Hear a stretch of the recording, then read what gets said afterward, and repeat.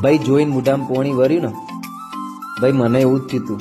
મને લાગી હતી ભૂખ, એટલે ભાઈ હું જોતો મારી સાસરીમાં એથી આવતો હતો અને લોગણજ ગોમાં આવ્યું. ભાઈ નોમ સાંભળ્યું હતું અમે અમનું કે ભાઈ મંચુરિયન જોરદાર બને લોગણજમાં, એટલે અમે ખાવા ઉભા રહ્યા. અને ભાઈ જો ભાઈએ ભડકા કર્યા. અને હા, ભાઈની ખાસ એક વાત હતી હો ભાઈ, ભાઈનો ચહેરો હસતો નસતો જ હોય.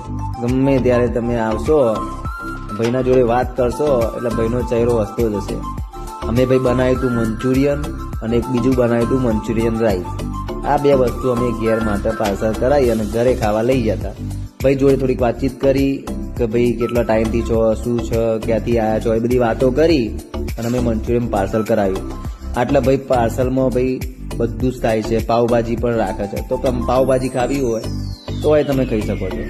એટલે ભાઈ આવી જજો, મજા મજા મજા પડી જશે. આ જો મેં મંચુરિયન રાઈસ બનાવવાનું ચાલુ